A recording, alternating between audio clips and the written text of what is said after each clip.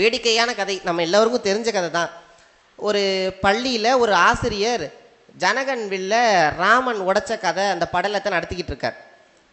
மாணவர்கள்லாம் கேட்டுக்கிட்டு இருக்காங்க. அப்போ இந்த இன்ஸ்பெக்ஷனுக்கு வர்ற ஒரு ஆசிரியர் பார்த்து ஒரு மாணவனை எழுப்பி, அப்பா இந்த வில்ல உடைச்ச கதை தானே படிச்சுக்கிட்டு இருக்கீங்க, அந்த வில்லை யாருப்பா உடைச்சது அப்படின்னு மாணவர்கள்ட்ட கேட்டாராம். ஒருத்தவன் எழுப்பிட்டு கேட்டாராம். அதுக்கு அவன் எந்திரிச்சு மேலே இங்கேயும் பார்த்துட்டு சும்மாவே நின்னான். கொஞ்சம் கழிச்சு, இல்லைப்பா நான் அவனை அடிக்க மாட்டேன், தயவு செஞ்சு சொல்லுப்பா அப்படின்னு சொன்னாரான். அவன் கொஞ்சம் தயங்கி, அப்பா நான் உடைக்கலை மேம், நான் இந்த மாதிரிலாம் பண்ண மாட்டேன், நான் ரொம்ப நல்லவன் அப்படின்னு அவன் சொன்னான். பக்கத்தில் இருக்கவனை எழுப்பி, என்னடா அவன் எப்படி சொல்கிறானே, இல்லை எனக்கு இவனை தெரியும், அவன் ரொம்ப நல்லவன் தான், அவன் வில்லெல்லாம் உடைக்க மாட்டான், ஒருவேளை வீட்டில் உடைச்சாலும் உடைச்சிருந்துருப்பான் அப்படின்னு அவன் சொன்னானா. ஆசிரியரை பார்த்து, என்னப்பா இப்படி சொல்கிறாங்களேன்னு கேட்டதற்கு, இல்லை எனக்கும் தெரியும், இவங்க அப்பா அம்மாலாம் என்கிட்ட தான் படித்தவங்க, குடும்பமே ரொம்ப நல்ல குடும்பம், அந்த மாதிரி வில்ல உடைக்கிற வேலையெல்லாம் அவங்க பண்ண மாட்டாங்க அப்படின்னு ஆசிரியர் சொன்னாராம். இதை எடுத்துகிட்டு போய் இவர் பிரின்சிபல்கிட்ட சொன்னாராம்.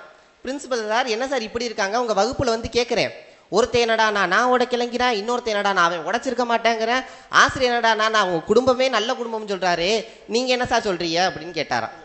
அதுக்கு பிரின்சிபல் சொன்னாராம், உட்காருங்க சார், கவலைப்படாதீங்க, இங்கே பாருங்களேன், கிளாஸில் ஒருத்தன் வில்ல உடைச்சிருக்கேன், அது யாருன்னு உடைச்சவனுக்கும் தெரியலை, அந்த கிளாஸில் இருந்த வாத்தியாருக்கும் தெரியலை, ரூமில் இருந்த எனக்கு எப்படி சார் தெரிஞ்சிருக்கும்னு பிரின்சிபல் கேட்டாராம். கம்பராமாயணத்தினுடைய நிலைமை பள்ளிகளில் இந்த அளவில் தான் இருந்திருக்கு. இதை ஏன் சொல்கிறேன்னா, அதனால தான் அறம் நிற்கலை.